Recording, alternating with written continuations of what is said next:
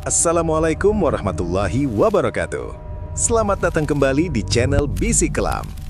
Malam ini, siapkan posisi paling nyaman, ambil camilan kalian, karena kisah yang akan kita bahas bukan cerita biasa. Ini adalah kisah tentang sebuah tempat di Gunung Merapi. Tempat yang sering dilewati pendaki, namun jarang benar-benar dipahami. Pasar Bubrah. Di siang hari, ia hanyalah hamparan batu, pasir vulkanik, dan kabut tipis. Tapi saat malam turun, banyak yang percaya tempat ini berubah menjadi pasar lain. Sebelum cerita ini berakhir, ada satu bagian yang sering membuat pendaki memilih tidak melanjutkan perjalanan. Dan bagian itulah yang akan kita bicarakan nanti. Pendakian ini dilakukan oleh 4 orang sahabat. Mereka bukan pendaki pemula dan sudah beberapa kali naik gunung bersama. Tujuan mereka sederhana, mencapai puncak sebelum subuh, lalu turun pagi harinya. Sejak awal, suasana Merapi terasa berbeda. Langit cerah, angin pelan, tapi ada perasaan seperti sedang diperhatikan. Di pos awal, seorang warga setempat sempat berpesan singkat. Kalau nanti sampai Pasar Bubrah, jangan sembarangan bicara.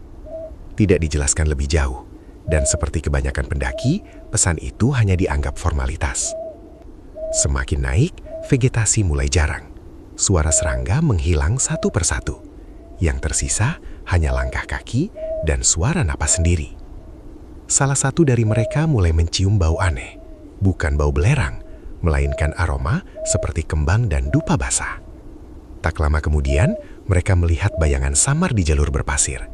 Bukan sosok utuh, hanya seperti orang berdiri membelakangi mereka. Saat di senter, tak ada siapa-siapa. Pasar Bubrah terlihat sunyi. Hamparan pasir dan batu, luas, terbuka.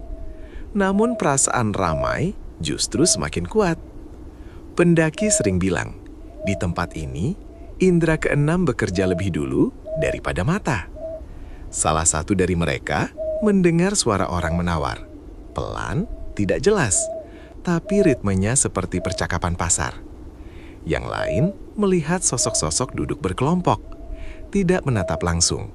Wajahnya kabur, seperti tertutup kabut tipis. Ada yang berpakaian seperti pendaki zaman lama, ada yang menyerupai pedagang dengan kain lusuh, dan ada pula sosok tinggi, hitam, berdiri diam di kejauhan.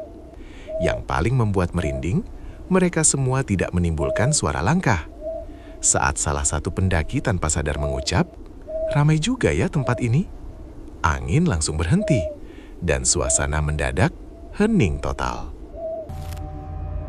Di Pasar Bubrah, cerita para pendaki sering menyebut beberapa sosok.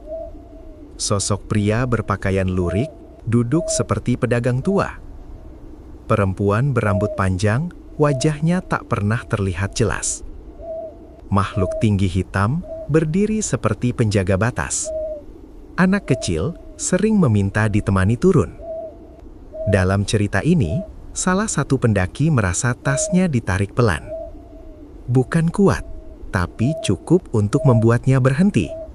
Saat menoleh, ia melihat sosok anak kecil.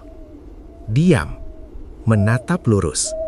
Temannya menariknya sambil berbisik, "Jangan diladeni." Saat mereka berjalan menjauh, suara tawa kecil terdengar. Pelan, lalu menghilang. Perjalanan turun terasa jauh lebih berat. Bukan karena jalur, tapi karena perasaan. Salah satu pendaku merasa seperti diikuti. Setiap berhenti, ada langkah tambahan di belakang. Saat mereka sampai pos bawah dan menoleh ke atas, Pasar Bubrah tertutup kabut tebal. Seolah tempat itu tak pernah ingin benar-benar ditinggalkan. Beberapa hari setelah pendakian, satu dari mereka jatuh sakit, mengigau, menyebut gunung, menyebut pasar. Setelah dimintakan doa, barulah ia tenang. Percaya boleh, tidak percaya juga tidak masalah. Namun bagi mereka yang pernah menapakkan kaki di Gunung Merapi, terutama di Pasar Bubrah, satu hal selalu sama. Gunung ini bukan hanya milik manusia. Jika kalian pernah mengalami kejadian serupa, silahkan tuliskan di kolom komentar. Jangan lupa untuk menyukai, membagikan, dan tetap bersama Bisik Kelam, karena tidak semua yang sunyi itu kosong.